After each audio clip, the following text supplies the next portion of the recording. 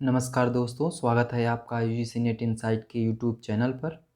हम UGC net history के previous year के क्वेश्चन पेपर का डिस्कशन कर रहे हैं, जिसकी शुरुआत हमने जून 2018 से किया है और यह डिस्कशन इस वर्ष के हुए अंतिम पेपर तक होगा। तो इस डिस्कशन का प्रारूप मतलब एक साइकिल में हुए पेपर को हम 4 पार्ट में डिवाइड कर करके, यानी कि पेपर 2 को हम 4 पार्ट में डिवाइड कर दे रहे हैं, यानी 25-25 क्वेश्चन के सेट को लेकर के डिस्कशन कर रहे हैं, जिसके अंतर्गत डिटेल एनालिसिस कर रहे हैं कि उससे संबंधित और भी जो क्वेश्चन बने वो उन क्वेश्चन के साथ ही कंप्लीट उनका डिस्कशन हो जाए, ताकि भविष्य में जो उससे क्वेश्चन बने वो सभी सॉल्व हो जाएं। हम इस समय दिसंबर 2019 के क्वेश्चन पेपर का पार्ट 3 का डिस्कशन कर रहे हैं और इससे पहले के जो जून 2018 से लेकर के और अभी तक के पेपर हैं, जिनमें दिसंबर 2019 के सेकेंड पार्ट तक का डिस्कशन कंप्लीट हो गया है और उसका एक प्लेलिस्ट भी बना दी गई है, वहां से जा कर के आप देख सकते हैं वीडियो। और ये दिसंबर 2019 का तीसरा पार्ट है, जिसमें हम 101 से 125 क्वेश्चन का डिस्कशन करेंगे। चूँकि ये पेपर में फर्स्ट पेपर इंक्लूड है, जिसके 50 क्वेश्चन हैं, और उसके बाद 51 से 150 यानी 150 क्वेश्चन तक हिस्ट्री सब्जेक्ट के हैं। तो इनके 100 क्वेश्चन का ये तीसरा पार्ट है। तो चलिए डिस्कशन शुरू करते हैं। आज हमारी डिस्कशन की शुरुआत क्वेश्चन नंबर 101 से होगी, तीसरे पार्ट के अंतर्गत। तो चलिए डिस्कशन शुरू करते हैं। आज का पहला क्वेश्चन है, निम्नलिखित में से कौन शाहजहां के चित्रकार थे? पहला है मोहम्मद नादिर समरकंदी, बी है अबू समद, सी है मीर हासिम, डी है मीर सैयद अली। और इसके लिए आपको कूट दिया गया है, जिसके लिए कूट दिया गया है कि पहला है केवल बी और डी सही है, दूसरा है ए बी और डी सही है, तीसरा है केवल बी और सी सही है, और चौथा है केवल ए और सी सही है। तो आप 10 सेकेंड का समय ले सकते हैं और खुद उत्तर दे सकते हैं। उसके बाद मैं इसका डिस्कशन करूंगा।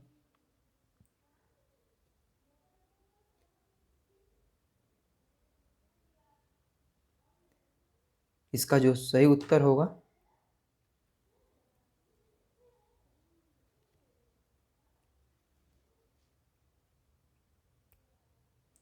वो होगा फोर्थ, यानी कि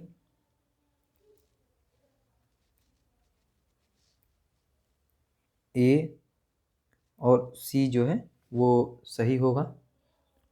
अगर हम इसके डिस्कशन की बात करें तो शाहजहां की रुचि मूलतः स्थापत्य कला में थी, किंतु फिर भी उसे चित्रकला के क्षेत्र में अपने पिता की परंपराओं को उसने जारी रखा। उसके दरबार में अनेक कुशल चित्रकार थे जो चित्रकला के विभिन्न क्षेत्रों में निपुण थे। इनमें मोहम्मद फ़कीरुल्लाह सर्वप्रथम चित्रकार था।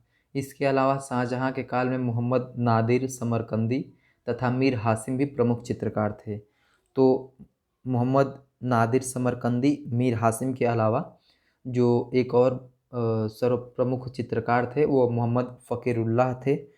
तो आप अगर चाहें तो इसका पीडीएफ डाउनलोड कर लीजिए हमारे टेलीग्राम चैनल का, जिसका डिस्क्रिप्शन इसके लिंक में दिया गया है, और वहां से जाकर प्रिंट आउट निकलवा लीजिए। और जो एक्स्ट्रा क्वेश्चन बने इसी के साथ ही आप नोट डाउन कर लें, जिससे कि आने वाले एग्ज़ाम में उसका आप केवल रिवीजन कर लेंगे तो आपके लिए बहुत ही बेनिफिशियल होगा। ये क्वेश्चन ऑलरेडी 2018 में पूछा जा चुका है, तो उसी का ये रिपीट क्वेश्चन हुआ है।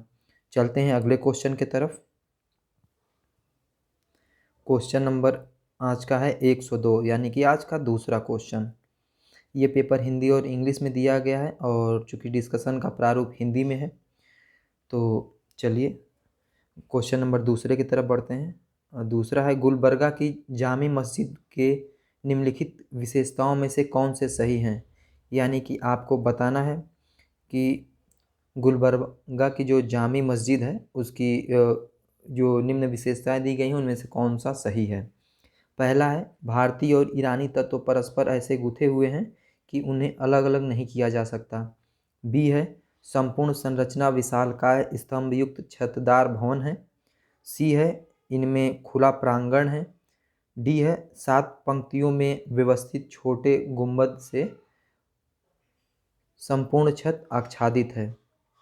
और इसके लिए आपको कोड दिया गया है पहला है केवल बी और सी सही है, दूसरा है ए बी और डी सही है, तीसरा है केवल ए और डी सही है, चौथा है केवल सी और डी सही है। एक बार फिर से आप पढ़ लें और जो आपको 10 सेकंड समय दे रहे हैं और उसके बाद मैं इसका व्याख्या करूँगा।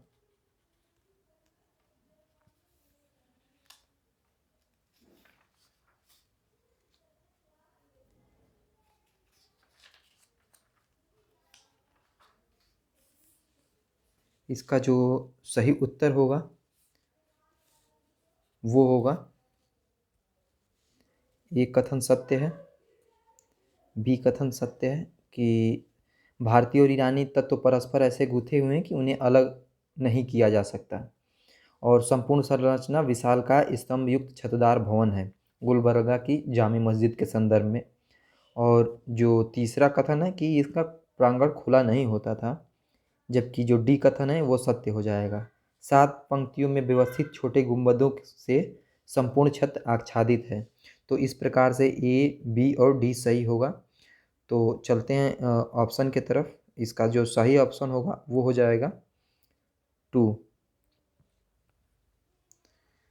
अगर हम इसकी थोड़ी व्याख्या करें तो गुलबर्गा की जो जामी मस्जिद है वो भारत के कर्नाटक में स्थित है और इसे 1367 यानी कि 1367 में बहमनी सल्तनत काल में इसे बनवाया गया था और इसे दक्षिण एशिया में मस्जिद जो है वास्तुकला का सर्वश्रेष्ठ उदाहरणों में से एक माना जाता है। और गुलबर्गा की जामी मस्जिद में सबसे इम्पोर्टेंट है, याद रखिएगा कि इसमें मीनार नहीं है। ये भविष्य में क्वेश्चन बन सकता है कि गुलबर्गा की जामा मस्जिद में मीनारें नहीं हैं। इसे गुलबर्गा किले के अंदर बनाया गया है। इसका निर्माण जो है स्पेन के कोर्डोबा की कैथेड्रल मस्जिद के समान है, यानी कि इसका जो निर्माण है वो स्पेन के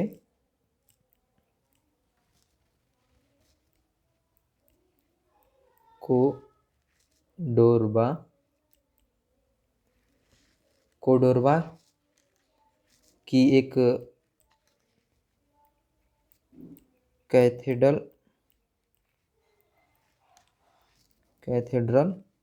मस्जिद है, उसी से इसकी नकल करके बनाई गई है। और मस्जिद का खुला आंगन नहीं है। यह आंगन के बिना एक भारतीय मस्जिद का एक दुर्लभ उदाहरण है, क्योंकि पूरी संरचना एक छत से ढकी हुई है। मस्जिद की शैली भारतीय और ईरानी शैली का सम्मिलित रूप है और कुल मिलाकर मस्जिद 7 पंक्तियों में व्यवस्थित है। इनमें एक मुख्य गुंबद है और इसके 4 कोने की गुंबदें, 75 छोटी छोटी गुंबदें और 250 मेहराबों के साथ विशिष्ट शैली से निर्मित की गई हैं। तो इस प्रकार से जो इसका ए बी और डी विकल्प है वो सत्य हो जाएगा। चलते हैं अगले क्वेश्चन की तरफ। क्वेश्चन नंबर 103 और आज का तीसरा क्वेश्चन है, निम्नांकित युग्मों में से कौन से युग्म सही सुमेलित हैं।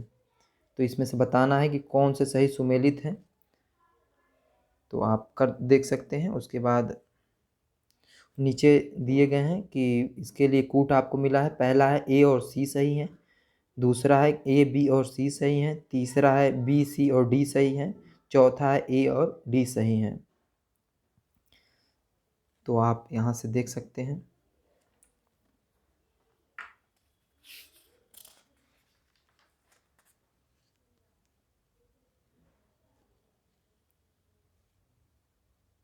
इसका जो सही उत्तर होगा, पहला सूबा को जो प्रशासनिक इकाई थी उसको तरफदार, उसके पदाधिकारी को कहा जाता था। और परगना के को ये गलत हो जाएगा, सरदार नहीं कहा जाता था। और सरकार को फौजदार कहते थे, माफ़ करिएगा फौजदार, ये गलत लिखा हुआ है, इसको फौजदार कहते थे। और वतन का वतनदार, ये भी गलत है। तो इस प्रकार से ए और सी जो है वो सत्य हो जाएगा और ये दोनों गलत हो जाएंगे, बी और डी। तो अगर हम इनकी ए और सी यानी कि जो पहला होगा वही सत्य हो जाएगा। अगर हम थोड़ी व्याख्या इनकी कर दें तो मुग़ल काल में जो अकबर है, अकबर ने राज्यों को सूबों यानी जो सूबा था उनको प्रांत कहा जाता था, प्रांत में विभाजित किया था राज्य को अपने, जिसको सूबा कहा जाता था। और अकबर के समय में सूबे के प्रमुख को सूबेदार कहा जाता था या सिपाह सालार कहा जाता था। और बहमनी शासकों ने अपने राज्यों को तरफ या प्रांतों में विभाजित किया था। यानी जो बहमनी के शासक थे वो अपने राज्यों को तरफ, तरफ को ही प्रांत कहा जाता है, यानी प्रांत में विभाजित किया जाता था और इसके प्रमुख को तरफदार कहा जाता था। और प्रशासन की सुविधा के लिए सूबा, जिसको कि प्रांत कहा गया है, को अनेक सरकारों में, यानी कि सरकार किसे कहा गया है, जिले को कहा गया है। तो सरकार को जिले में, यानी कि प्रांतों को सरकारों में विभाजित किया गया था। और सरकार का प्रमुख अधिकारी जो होता था वो होता था फौजदार, यानी कि ए और सी जो है सही हो जाएगा। और सरकार का विभाजन अनेक परगनों में किया गया था और परगने का प्रमुख अधिकारी सिकदार होता था। तो सरदार ना हो करके वो सिकदार होता था। तो चलते हैं अगले क्वेश्चन की तरफ। क्वेश्चन नंबर 104 और आज का फोर्थ क्वेश्चन है, बल्ख व बदख्शा पर मुगल सैन्य अभियान के संबंध में निम्नलिखित में से कौन सा कथन सही है। पहला है, मुगल सम्राटों की उद्घोषित इच्छा थी कि वे अपने पैतृक भूमि को पुनः प्राप्त करें। दूसरा है, शाहजहां बल्ख व बदख्शा के शासक नज़र मोहम्मद को दंड देना चाहता था जिसकी काबुल पर निगाहें थी। तीसरा है, शाहजहां दारा सिकों को बल्ख से स्वतंत्र शासक के रूप में गद्दी पर बैठाना चाहता था। और चौथा है, शाहजहां शहजादे औरंगजेब को बदख्शा की जागीर देना चाहता था और इसके लिए कूट दिया गया है। पहला है, केवल 1, 2 और 3 सही हैं। दूसरा है 2, 3 और 4 सही हैं। तीसरा है 1 और 2 सही हैं। और चौथा है 2 और 3 सही हैं।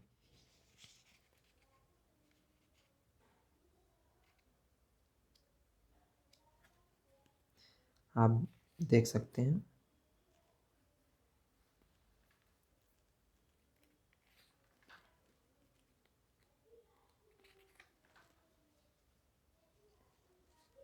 इसका जो सही उत्तर हो जाएगा वो हो जाएगा फर्स्ट और सेकेंड।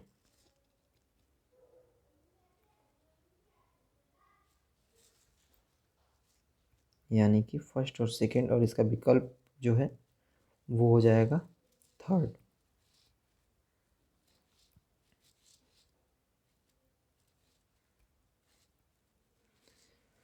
मुगल शासकों की अभिलाषा थी कि वे मध्य एशिया में अपने पैतृक क्षेत्र जो कि उज़्बेकों के कब्जे में था उसको छुड़ा ले, और तैमूरों को हराकर वहाँ कब्जा किया हुआ था। माफ़ करिएगा, फिर से इसको बता दे रहे हैं एक बार। मुगल शासक की अभिलाषा थी कि वे मध्य एशिया में अपने पैतृक क्षेत्र को उज़्बेकों के कब्जे से छुड़ा लें जिन्होंने तैमूरियों को हराकर वहाँ कब्जा किया हुआ था। और बाबर से लेकर अकबर और जहांगीर तक की यह इच्छा बनी रही।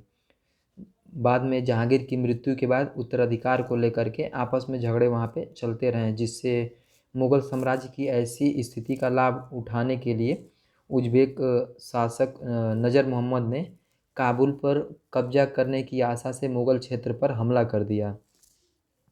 इसी बीच गृह युद्ध में शाहजहां की जीत हुई और शाहजहां ने अब बल्ख एवं बदख्शा के उज़्बेक जो शासक नज़र मोहम्मद थे उनको दंड देने के लिए लश्कर खां तथा महावत खां को सेना के साथ काबुल भेजा।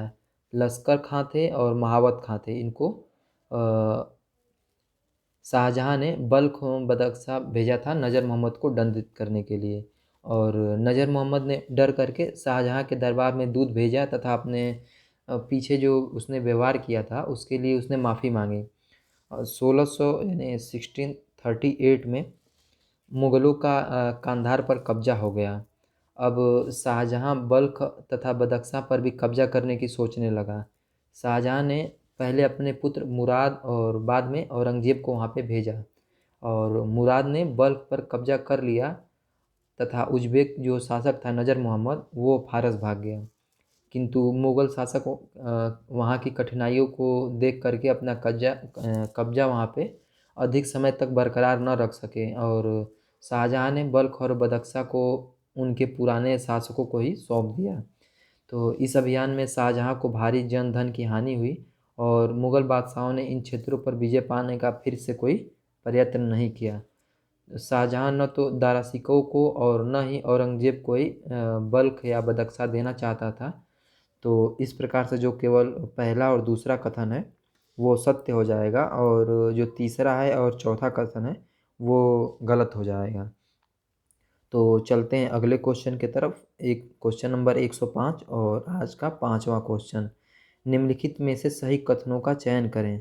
पहला है, अकबर के सिक्के ढालने वाले कर्मचारी तीनों धातुओं के सिक्कों को ढालने में उच्च गुणवत्ता को कायम रखने के प्रति सावधानी रखते थे। बी है, स्वर्ण लगभग शुद्ध होता था, चांदी की शुद्धता में कभी 96% यानी 96% से नीचे गिरावट नहीं हुई, और तांबे के सिक्कों की उच्च शुद्धता बनी रहती थी। सी है, वहाँ एक स्वतंत्र अथवा मुक्त ढलाई व्यवस्था थी। और डी है, 1595 यानी 1595 में कुल 96 टकसालें थीं, यानी कि 96 टकसालें थीं।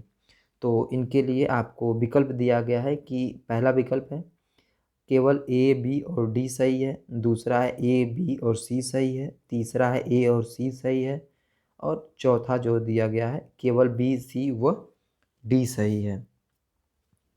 तो आपको बताना है कि कौन सा सही है कूट। आप एक बार पढ़ सकते हैं, उसके बाद उत्तर दीजिए।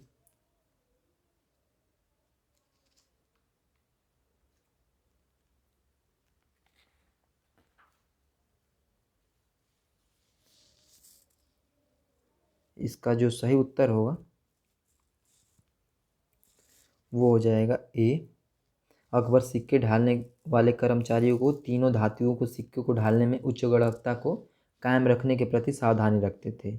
दूसरा जो है ये भी सत्य है, स्वर्ण लगभग शुद्ध होता था और चांदी की शुद्धता में कभी 96% से नीचे गिरावट नहीं हुई, और तांबे के सिक्कों की उच्च शुद्धता बनी रही। जबकि सी है, वहाँ एक स्वतंत्र अथवा मुक्त ढलाई व्यवस्था थी, ये भी सही है। जबकि जो डी कथन है वो गलत है। तो इसकी थोड़ी व्याख्या कर दें। मुग़ल साम्राज्य में विश्व के ऐसे देशों में से एक था जहाँ मुद्रा व्यवस्था बहुत ही अच्छी मानी जाती थी। यहाँ पर 3 प्रकार के धातुओं जैसे कि सोने की मुहर, चांदी का रुपया और तांबे का दाम। जो स्वर्ण था उसको मुहर कहा जाता था, इसको सोने की मुहर होती थी, और चांदी का रुपया होता था, और तांबे का जो था वो दाम था। ये मैच करने के लिए भी आ सकता है, तो आप याद रखिएगा। तो 3 प्रकार की ये थे, और दाम सिक्के के चलन में थे, और जिनकी एकरूपता और जो शुद्धता थी वो सराहनीय थी। चांदी का जो सिक्का था रुपया, इस व्यवस्था का वो मुख्य आधार था। तो इस प्रकार से अकबर के काल में एक सुविकसित मुद्रा प्रणाली की स्थापना हुई। अकबर द्वारा चलाया गया सबसे बड़ा सोने का सिक्का संसब था। तो ये भी इम्पोर्टेंट है, नोट कर लीजिएगा। संसब, संसब, ये एक बार फिर से रिपीट कर दे रहा हूँ। अकबर द्वारा चलाया गया सबसे बड़ा सोने का सिक्का संसब था, और अकबर ने इलाही नाम का एक गोलाकार सोने का सिक्का चलाया था। यानी कि जो गोलाकार सिक्का चलाया था वो इलाही नाम से था, और जबकि अकबर ने चांदी का सिक्का जलाली नाम से चलाया था। तो ये सब नोट डाउन आप करते रहिएगा। और अकबर ने जो चांदी का सिक्का चलाया था उसे जलाली नाम दिया गया, और इलाही नाम का जो सिक्का था वो गोलाकार था, और जो सबसे बड़ा सोने का सिक्का चलाया था उसे संसब कहा गया। और मुग़लों की मुद्राओं का प्रचलन जो है राज्य द्वारा नियंत्रित टकसालों के माध्यम से किया जाता था, और ये टकसालें पूरे साम्राज्य में स्थित थी। अबुल फजल जो है उन्होंने इसके बारे में व्याख्यायित किया है अपनी पुस्तक में। 1595 ईस्वी में लगभग 42 टकसालें थी, यानी 42 टकसालें थी, न कि 96। ये गलत हो जाएगा, यहाँ पे 42 होगा। और टकसालों में जो 42 टकसालों में तांबे के सिक्कों की ढलाई की गई, 14 टकसालों में चांदी का रुपया, एवं 4 टकसालों में सोने की मुहर ढाली गई थी। यानी जो ये 42 टकसालें थीं, और जिसमें तांबे के सिक्कों की ढलाई होती थी, और जो 14 टकसालें थी, इसमें चांदी का रुपया और 4 टकसालों में सोने की मोहर की ढलाई होती थी, यानी 4, 4, 8 और 2, 10 और 5, 6, टोटल 60 टकसालें थीं, 96 नहीं थी। तो इस प्रकार से जो डी है वो गलत हो जाएगा, बाकी ए, बी और सी सही हो जाएगा। चलते हैं अगले क्वेश्चन के तरफ। या और इसका विकल्प जो होगा वो विकल्प हो जाएगा सेकेंड, यानी ए, बी और सी। चलते हैं अगले क्वेश्चन की तरफ। क्वेश्चन नंबर 106 और आज का छठा क्वेश्चन है, निम्नलिखित कथनों में से कौन से सही हैं? ए, कासिम खां को उनके सैन्य अभियंता के साथ साथ भवन निर्माता के रूप में व्याख्यायित के कारण आगरा किले की इमारत का अधीक्षक चुना गया था। बी है, बाद में उसे आगरा किले का गवर्नर बनाया गया था। सी है, फादर मोन्सरेट टिप्पणी करते हैं कि उसे सफ़र मैना यानी सैपर की साधारण स्थिति से उक्त उच्च प्रतिष्ठा तक उठाया गया। डी है, 1583 यानी 1583 में अकबर ने शाही इमारत की देखभाल के लिए संयुक्त रूप से 8 लोगों को नियुक्त किया था, जिनमें से एक कासिम खां था। और इसके लिए विकल्प दिया गया है। पहला है ए, सी और डी सही है। दूसरा है ए, बी और सी सही है। तीसरा बी और डी सही है। चौथा ए और डी सही है। तो आपको बताना है, ये आपके लिए खुद दिया गया है और ये क्वेश्चन है।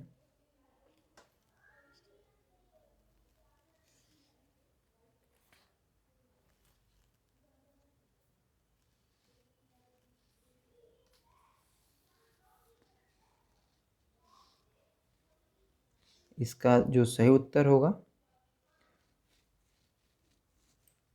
पहला सही होगा, कासिम खां को उसके सैन्य अभियंता के साथ साथ भवन निर्माता के रूप में ख्याति के कारण आगरा किले की इमारत का अधीक्षक चुना गया था। बी भी सत्य है, बाद में उसे आगरा किले का गवर्नर बनाया गया था। और जो सी है, फादर मोन्सरेट टिप्पणी करते हैं कि उसने सफ़र मैना यानी सैपर की साधारण स्थिति से उक्त उच्च प्रतिष्ठा तक उठाया गया था। जबकि जो डी कथन है वो गलत है। 1583 में अकबर ने शाही इमारत की देखभाल के लिए संयुक्त रूप से 8 लोगों को नियुक्त किया था, जिनमें से एक कासिम खां था। ये कथन गलत है। तो इस प्रकार से जो विकल्प है ए, बी और सी, यानी कि जो दूसरा विकल्प है वो सत्य होगा। अगर हम इसकी व्याख्या करें कि अकबर का काल प्रत्येक क्षेत्र के लिए मतलब समन्वय का युग था और स्थापत्य कला पर भी उसका प्रभाव हमें देखने को मिलता है। आगरा का किला अकबर के काल में बना था और इसका निर्माण कार्य अकबर के दरबार के प्रधान कारीगर कासिम खां की देख रेख में हुआ था और इसका निर्माण काल 1565 में प्रारंभ हुआ था और लगभग 15 वर्षों में ये पूरा हुआ था। कासिम खां जो है सैन्य अभियंत्रण में भी निपुण था और अकबर ने बाद में उसे आगरा के किले का गवर्नर भी बनाया। और फादर मोन्सरेट जो हैं अकबर के काल में 1578 में यानी 1578 में अकबर के दरबार में आए थे और कासिम खां की साधारण स्थिति से उक्त प्रतिष्ठित स्थिति तक पहुंचने का विवरण ये दिए हैं। और 1583 ईस्वी में यानी 1583 में अकबर की शाही इमारतों की देखभाल के लिए संयुक्त रूप से 8 लोगों की नियुक्ति की गई थी, लेकिन उसमें कासिम खां जो है वो सम्मिलित नहीं था। तो इस प्रकार से डी कथन गलत हो जाएगा और ए, बी और सी से माफ़ करिएगा, यहाँ हमने ऑप्शन गलत लगा दिया। ए, बी और सी यानी कि जो दूसरा है वो सत्य हो जाएगा। तो चलते हैं अगले क्वेश्चन की तरफ। क्वेश्चन नंबर 107 और आज का 7वां क्वेश्चन है, भारत पर पाश्चात्य विचारों के प्रभाव के संदर्भ में निम्नलिखित कथनों में से कौन सा सही है? ए है, अंग्रेजी शिक्षा ने पाश्चात्य विचारों के असीम द्वार खोल दिए, जिन्होंने प्रारंभ में ही उन्हें अभिभूत कर दिया था। बी है, अंग्रेजी शिक्षा के माध्यम से आई पाश्चात्य विचारों की स्वीकृति ब्रिटिश शासन की स्वीकृति के समानार्थी थी। सी है, इसने तुरंत राजनीतिक सत्ता के खिलाफ राजनीतिक चेतना का प्रतिरोध को जन्म दिया। और डी है, इसने तर्कवाद की भावना को जागृत किया, जिसके कारण हर धर्मी सिद्धांत की निरंकुशता और परंपरागत सत्ताओं, विश्वासों व प्रथाओं के खिलाफ मानसिक विद्रोह हुआ। और इसके लिए सही विकल्प आपको दिया गया है चुनने के लिए। पहला है ए, बी और सी सही है, दूसरा है ए और डी सही है, तीसरा है बी और सी सही है, चौथा है बी, सी और डी सही है। तो आप यहाँ से पढ़ सकते हैं और पढ़ के विकल्पों का चयन कर सकते हैं। इसके लिए 10 सेकेंड का समय है।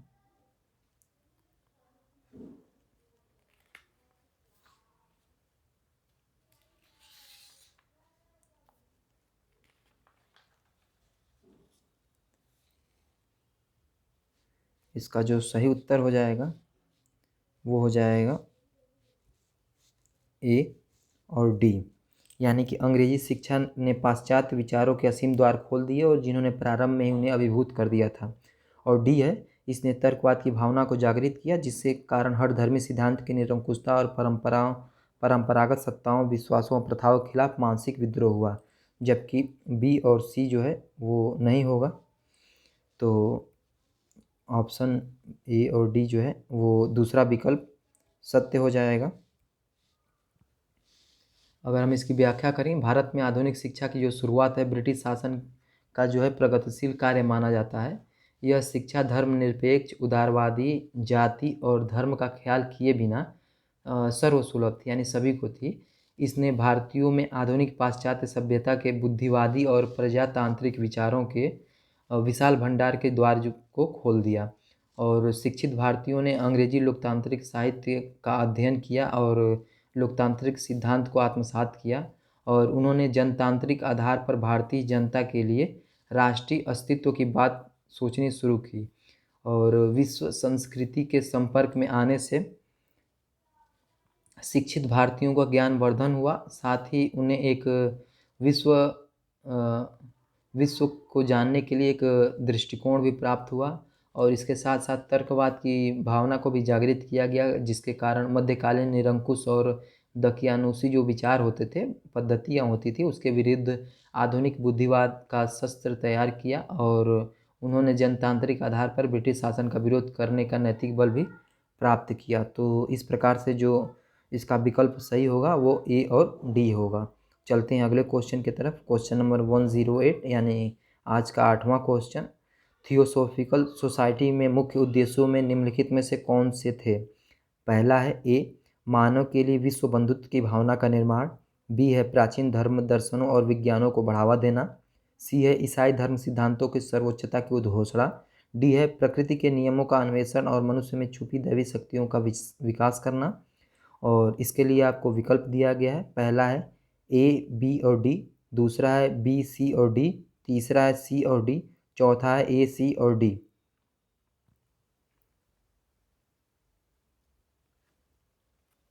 आप 10 सेकेंड ले सकते हैं, इसका उत्तर दे सकते हैं।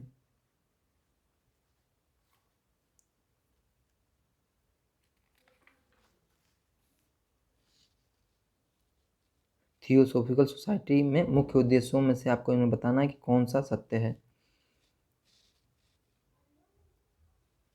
इसका जो सही उत्तर है वो हो जाएगा फर्स्ट, यानी कि ए, बी और डी, यानी ए, बी और डी जो कथन है वो सत्य हो जाएगा। मानवता के लिए विश्व बंधुत्व की भावना का निर्माण करना, प्राचीन धर्म, दर्शनों एवं विज्ञानों को बढ़ावा देना। और डी है, प्रकृति के नियमों का अन्वेषण और मनुष्य में छुपी दैवी शक्तियों का विकास करना। तो इस प्रकार से जो ये फर्स्ट विकल्प है वो सत्य हो जाएगा। चलते हैं अगले क्वेश्चन की तरफ। क्वेश्चन नंबर 109 और आज का 9th क्वेश्चन। निम्नलिखित में से कौन से कथन सही हैं? यानी कि ए है, प्रेमचंद उन पहले लेखकों में से थे जिन्होंने दलित को गरीबों के एक भाग के रूप में और उनकी विशिष्ट समस्याओं के साथ स्वतंत्र और महत्वपूर्ण चरित्र के रूप में दर्शाया। बी है, प्रेमचंद की साहित्यिक कृतियाँ उनके समय के राजनैतिक और सामाजिक आंदोलनों को प्रतिबिंबित नहीं करती थी। सी है, प्रेमचंद के उपन्यास पारंपरिक हिंदू धर्म के विचारों के प्रति समर्पण दर्शाते हैं। डी है, प्रेमचंद की अंतिम और सर्वाधिक महत्वपूर्ण कहानियों में से एक कफन सर्वप्रथम उर्दू में 1935 में यानी 1935 में, और बाद में हिंदी में 1936 यानी 1936 में प्रकाशित हुई, और इस प्रकार यह उनका समन्वयकारी व्यक्तित्व को दर्शाता है। तो इसके लिए विकल्प दिया गया है, पहला है ए और डी सही है, दूसरा ए बी और सी सही है, तीसरा बी और सी सही है, चौथा है बी सी और डी सही है। तो आपके लिए ये है और बताना इनमें से कौन से सत्य हैं। इसके लिए आपको 10 सेकंड है।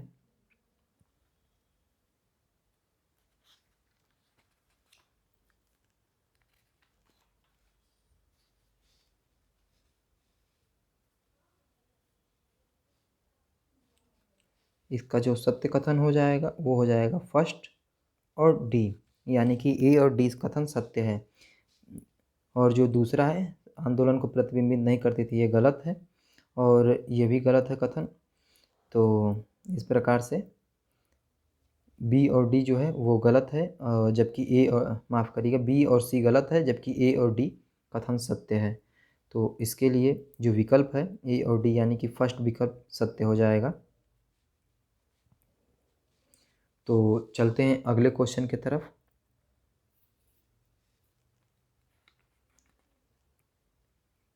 क्वेश्चन नंबर 110,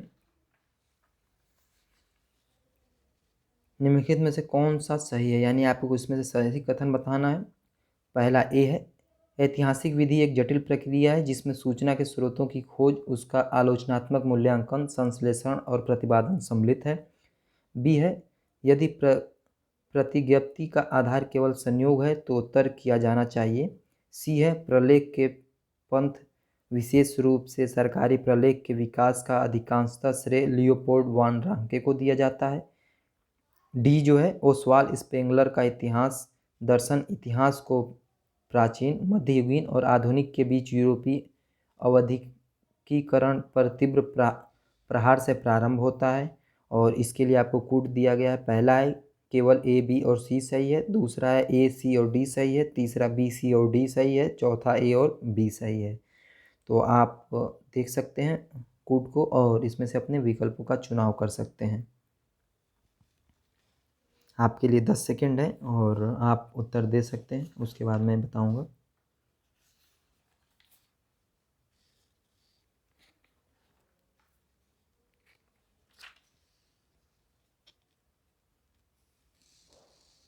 इसका जो दूसरा उत्तर होगा ए सी और डी यानी कि सत्य हो जाएगा।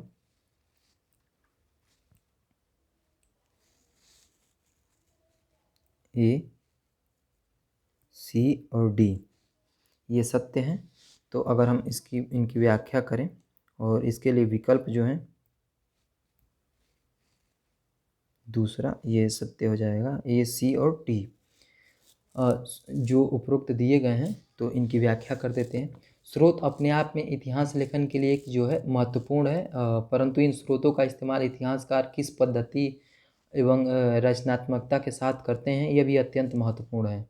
ऐतिहासिक विधि जो है एक जटिल प्रक्रिया है जिसमें सूचनाओं के स्रोतों की खोज, उसका आलोचनात्मक मूल्यांकन, संश्लेषण, प्रतिपादन शामिल है। और जो जर्मनी के इतिहासकार हैं लियोपोल्ड वान रांके ने स्रोत आधारित इतिहास पर उन्होंने जोर दिया है। उनके अनुसार स्रोत के वैज्ञानिक अध्ययन एवं पुष्टिकरण के आधार पर अतीत के स्वतंत्र तथ्यों का निर्विवाद स्थापना ही इतिहासकार का मुख्य उद्देश्य है। वान रांके की पद्धति से प्रलेख के पंथ तथा सरकारी प्रलेख का विकास हुआ है। और ओसवाल्ड स्पेंगलर का इतिहास दर्शन जो है इतिहास को प्राचीन, मध्ययुगीन और आधुनिक युग के बीच बांटे जाने के तीव्र विरोध से प्रारंभ होता है, और वे इतिहास को निरंतरता की दृष्टि से देखते हैं। तो इस प्रकार से जो विकल्प है ए सी और डी वो सत्य है। चलते हैं अगले क्वेश्चन की तरफ। क्वेश्चन नंबर 111 यानी आज का 11वां क्वेश्चन है, ईश्वर चंद्र विद्यासागर के बारे में निम्नलिखित में कथनों में से कौन से कथन सत्य हैं, यानी कि इसमें से बताना है कि कौन सा कथन सही है। पहला ए है, सामाजिक सुधार व बौद्धिक जागरण के लिए उनके प्रयासों का मूलभूत सिद्धांत मानवता थी। बी है, वे प्राचीन शास्त्रों को के पुनर्व्याख्या की प्रभावोत्पादकता में विश्वास नहीं रखते थे। सी जो है, उनके आधुनिक वैज्ञानिक देशज शिक्षा के प्रसार के लिए अथक प्रयास किया है। और डी जो है, उन्होंने मानव समानता पर आधारित सामाजिक सुधार के लिए कार्य किया है। तो इसके लिए ऑप्शन है, पहला है कूट केवल ए, सी और डी सही है, दूसरा है ए और बी सही है, तीसरा है बी, सी और डी सही है, चौथा है बी और डी सही है। तो आपको बताना है, ये दिए गए कूट हैं और ये 4 ऑप्शंस हैं, आपको इनमें से कौन से सही हैं आपको बताना है।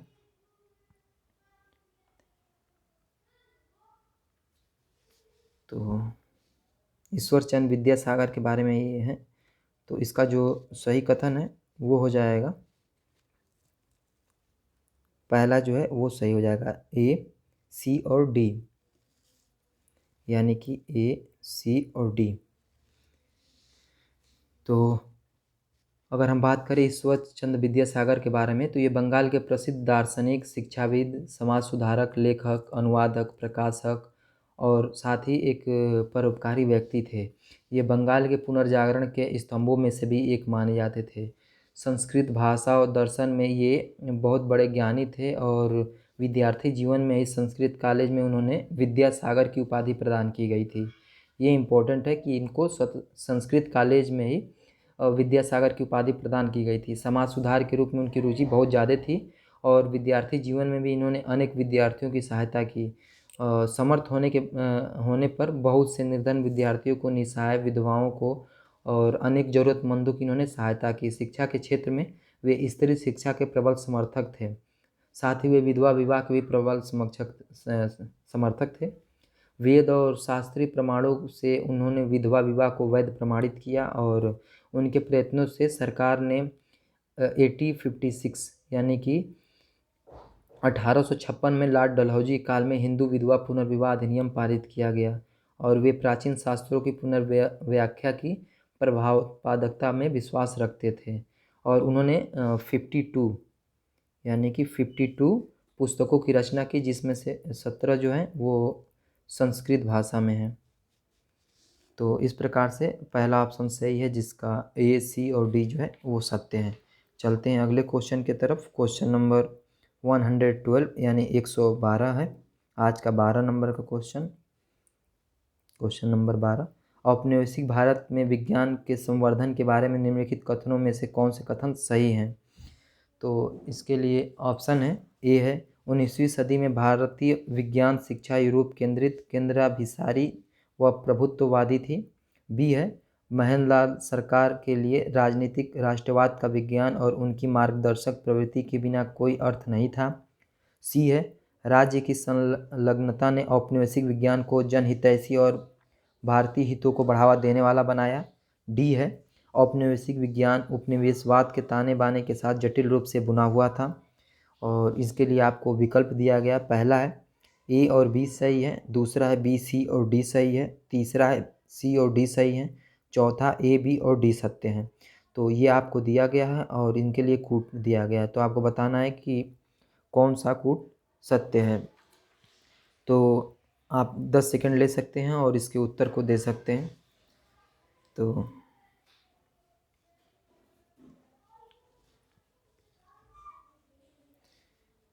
इसका जो सही उत्तर हो जाएगा वो हो जाएगा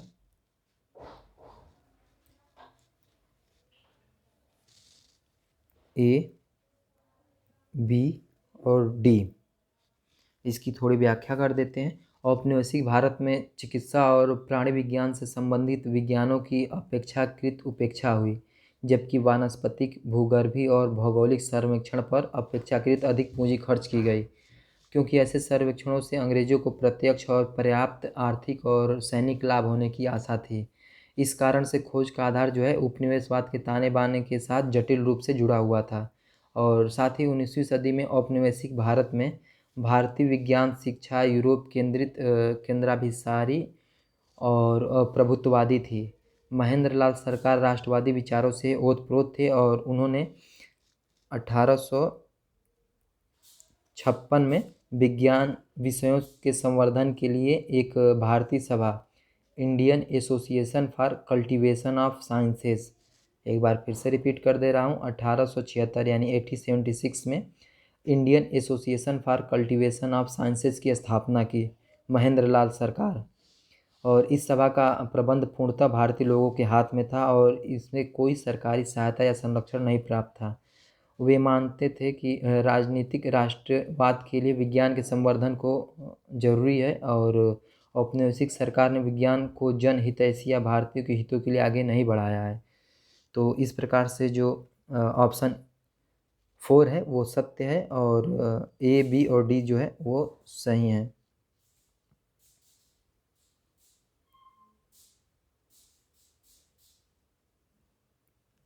चलते हैं अगले क्वेश्चन की तरफ। आज का 113 यानी कि आज का 13वां क्वेश्चन।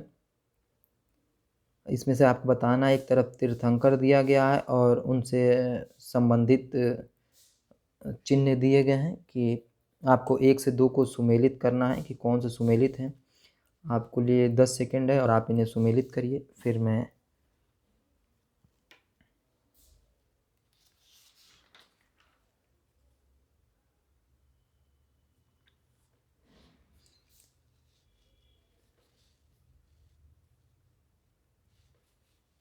आदिनाथ का जो हो जाएगा सांड हो जाएगा, मल्लीनाथ का जो है घड़ा हो जाएगा, महावीर का जो है शेर हो जाएगा, पार्श्वनाथ का जो है सर्प हो जाएगा।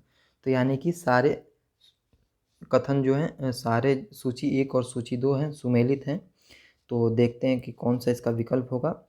ए का 1, बी का सेकंड, सी का थर्ड, डी का फोर्थ, यानी कि दूसरा जो है वो सत्य हो जाएगा। चलते हैं अगले क्वेश्चन की तरफ। क्वेश्चन नंबर 114 यानी आज का 14वां क्वेश्चन है।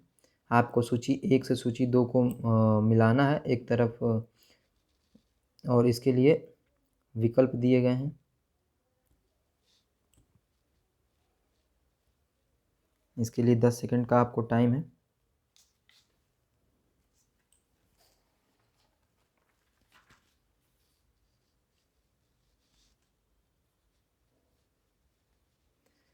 जो ताबूत समाधान है वो हड़प्पा से सम्मिलित है, और जो विस्तारित समाधान है वो सनौली से संबंधित है।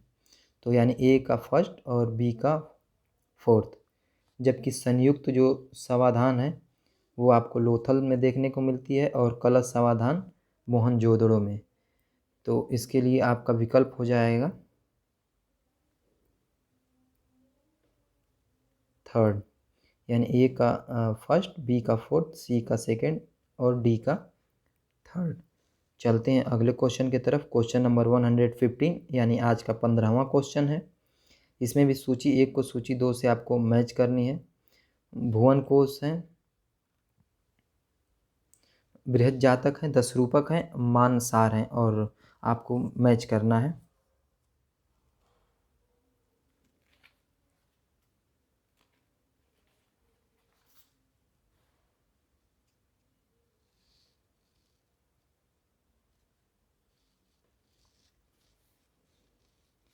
इसका जो हो जाएगा फर्स्ट का हो जाएगा, भुवन कोश का जो संबंध है वो भूगोल से है, जबकि बृहद जातक का संबंध है वो ज्योतिष से है, और 10 रूपक का संबंध जो है नाट्य कला से है, जबकि मानसार वास्तुकला से संबंधित है। और भुवन कोश की रचना जो है राजशेखर ने की थी, जो कि प्रतिहार शासक महेंद्र पाल प्रथम तथा उसके पुत्र महिपाल प्रथम के राज दरबार में रहते थे। और बृहद जातक जो है गुप्त काल की विभूति जो है बारामिहिर की रचना है, यानी कि जो बारामिहिर गुप्त काल में रहते थे उनकी रचना है। यह जो है ज्योतिष से संबंधित है बृहद जातक। जबकि 10 रूपक जो कि धनंजय की रचना है, नाट्य कला का ग्रंथ है, और धनंजय मालवा के परमार वंशी शासक मुंज की राजसभा में निवास करते थे, और मानसार जो है वास्तुकला का ग्रंथ है। तो इस प्रकार से जो दूसरा है ऑप्शन वो सत्य हो जाएगा। चलते हैं अगले क्वेश्चन की तरफ। क्वेश्चन नंबर 116 यानी आज का 16वां क्वेश्चन है। इसको भी सूची 1 से सूची 2 को सुमेलित करना है।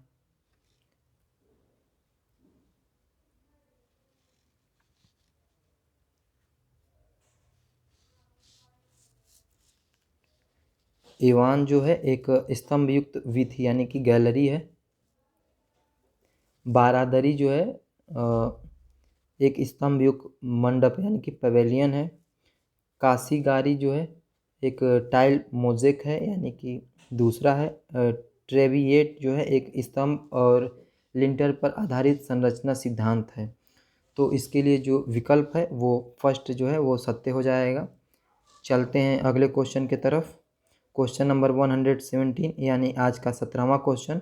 फिरदौसी यानी मकानी फिरदौस मकान यानी बाबर के संस्मरणों को तुर्की से फारसी में अनुदित कर निम्नलिखित में से किसने अकबर के समक्ष प्रस्तुत किया और अत्यधिक प्रशंसा बिटोरी? पहला है अब्दुल रहीम खाने खाना, दूसरा है अबुल फजल, तीसरा है बदायूनी और चौथा है फैजी।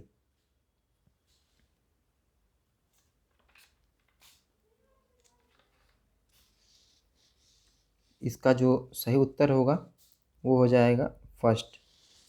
बाबर ने तुर्की में भाषा में अपना संस्मरण लिखा जिसे बाबरनामा या तुजु के बाबरी कहा जाता है।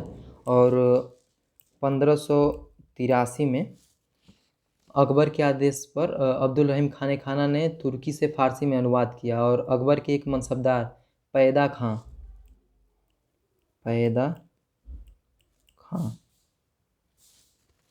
ने भी बाबरनामा का तुर्की से फारसी में अनुवाद किया। बाबरनामा का अंग्रेजी में अनुवाद लिंडेन एंड अर्सिकाइन एल किंग तथा श्रीमती A.S. वेबरिज द्वारा किया गया। बाबरनामा का अंग्रेजी में अनुवाद लिडेन एंड अर्सिकाइन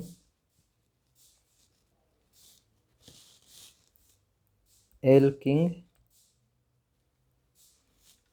और A.S. वेबरिज ने किया, जिसमें से लिंडेन एस अर्कसाइन तथा एल किंग ने फारसी से अंग्रेजी में, यानी कि लिंडेन एंड अर्सिकाइन जो हैं और एल किंग ये दोनों लोग फारसी से अंग्रेजी में अनुवाद किया, जबकि श्रीमती एस वेबरिज ने जो A.S. वेबरिज हैं ये तुर्की से अंग्रेजी में अनुवाद किया, यानी जो मूल भाषा थी उससे अनुवाद किया A.S. वेबरिज ने, जबकि लिंडसन एंड अर्काइन जो है फारसी से अंग्रेजी में अनुवाद किया। तो चलते हैं अगले क्वेश्चन की तरफ। क्वेश्चन नंबर 118 यानी कि आज का 18वां क्वेश्चन है। निम्नलिखित में से कौन सा युग्म सुमेलित नहीं है? यानी कि आपको बताना है कि इसमें से कौन सा युग्म गलत है। 10 सेकेंड है आपके पास।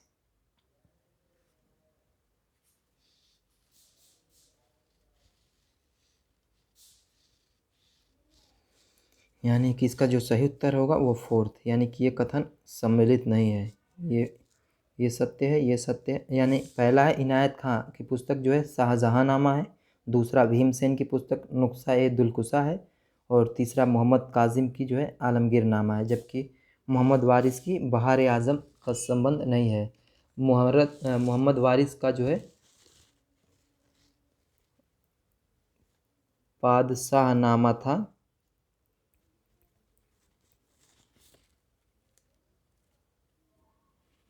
और इस प्रकार से चलते हैं अगले क्वेश्चन की तरफ।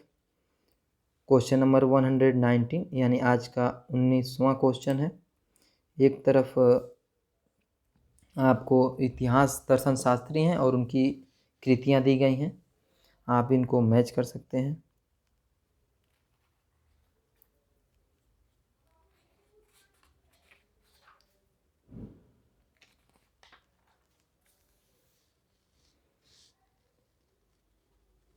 माइकल फूको की जो रचना है द आर्कियोलॉजी ऑफ नॉलेज, ये इम्पोर्टेंट है, आप नोट डाउन करिएगा, अक्सर एग्जाम में पूछता है। माइकल फूको और एडवर्ड सईद को, मार्क ब्लांक को भी अक्सर पूछ लेता है।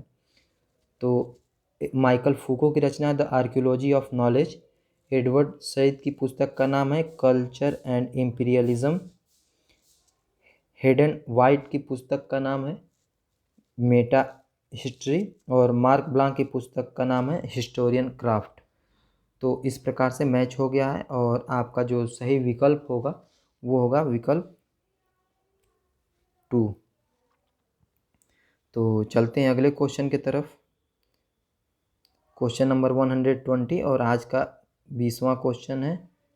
इसमें से आपको सही उत्तर चुनना है सूची 1 का और 2 से। लेखक हैं और उनकी कृतियाँ दी गई हैं। आपके लिए 10 सेकेंड है।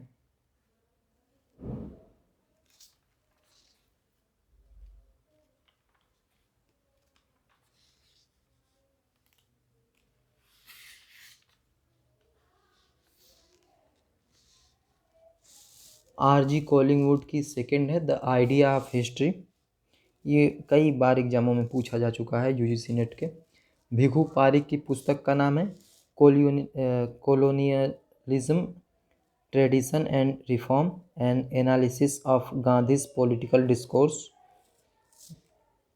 दीपेश चक्रवर्ती की जो पुस्तक है द कॉलिंग ऑफ हिस्ट्री और एरिक हॉब्सबॉम की है ऑन हिस्ट्री। तो इसके लिए जो विकल्प है, विकल्प थर्ड जो है वो सही हो जाएगा। चलते हैं अगले क्वेश्चन की तरफ। क्वेश्चन नंबर 121 यानी आज का 21वां क्वेश्चन है। इसमें आपको सूची 1 से सूची 2 को सुमेलित करना है। एक तरफ आपको नाटककार दिए गए हैं और दूसरी तरफ नाटक दिया गया है।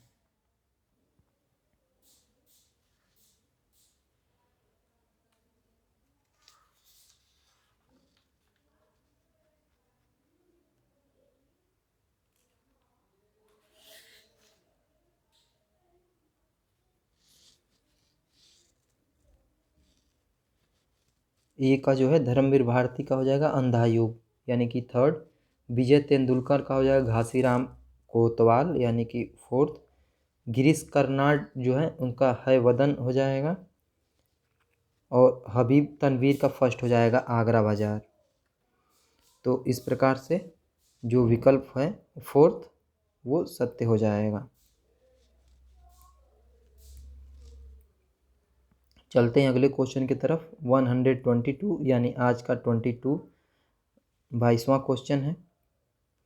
इसमें से आपको बताना है कि कौन सही सुमेलित नहीं है। इसमें से आपको नहीं बताना है।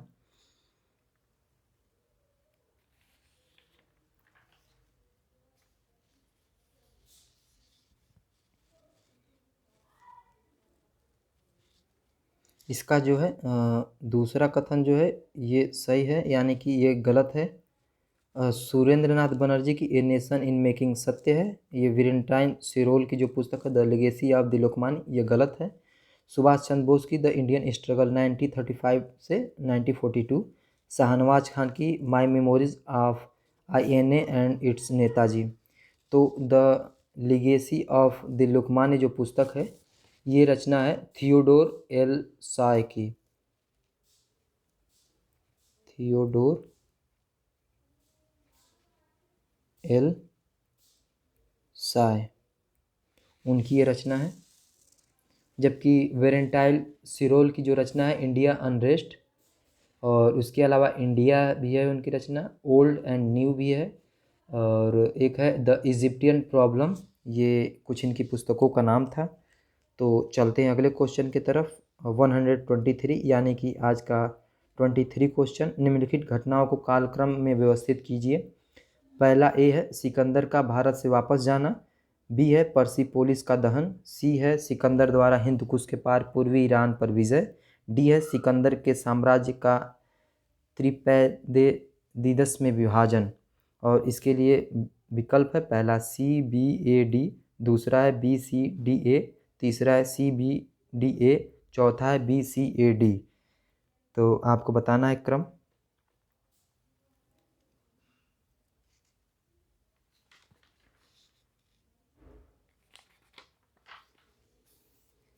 इसका जो सही क्रम हो जाएगा वो हो जाएगा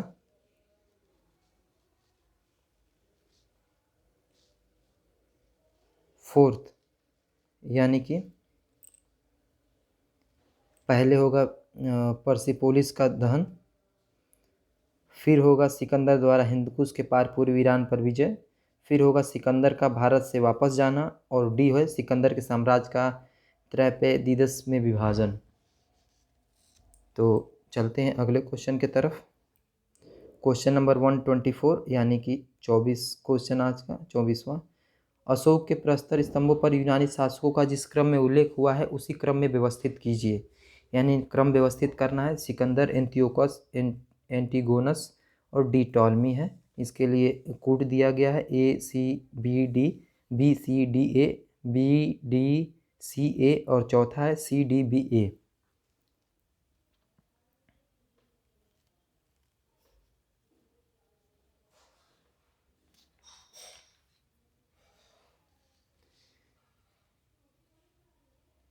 तो इसका जो सही क्रम होगा, सही उत्तर होगा, वो हो जाएगा थर्ड, यानी कि बी एंटियोकस, फिर जो है टॉलमी, फिर सी जो है एंटीगोनस और फिर ए यानी कि सिकंदर। तो इस प्रकार से अशोक के प्रस्तर स्तंभों पर यूनानी शासकों का जिस क्रम में उल्लेख हुआ है तो वो ये क्रम है। चलते हैं अगले क्वेश्चन की तरफ। क्वेश्चन नंबर 125 और आज का 25वां क्वेश्चन।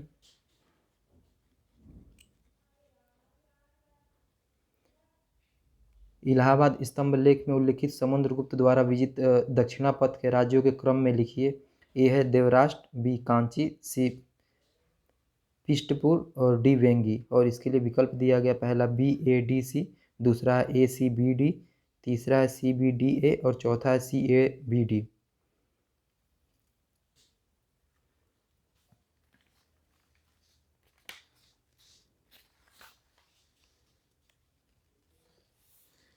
इसका जो सही क्रम होगा वो होगा तीसरा, CBDA।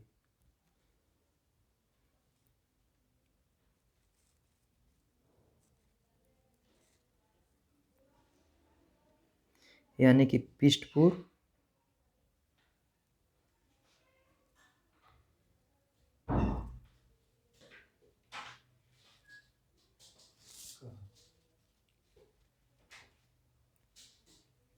बी जो है कांची और डी जो है वेंगी और ए है देवराष्ट्र। इलाहाबाद स्तंभ लेख में उल्लिखित समुद्रगुप्त द्वारा विजित दक्षिणापथ के राज्यों का जो क्रमानुसार है वो है CBDA। तो इस प्रकार से आज के 25 क्वेश्चन समाप्त हुए पार्ट थर्ड के अंतर्गत। और आप वीडियो अच्छा लगा हो तो लाइक करिएगा और चैनल को सब्सक्राइब करिएगा। साथ ही आपको अगर कोई सुझाव हो वीडियो से संबंधित कि इसमें आप क्या सुधार चाहते हैं तो भी कमेंट बॉक्स में करिएगा, आगे से सुधार करने का प्रयास किया जाएगा। और आपको ये वीडियो कैसा लगा ये भी आप कमेंट बॉक्स में बता सकते हैं। और ये वीडियो देखने के लिए आपका बहुत बहुत धन्यवाद। आपका दिन शुभ हो। Thank you.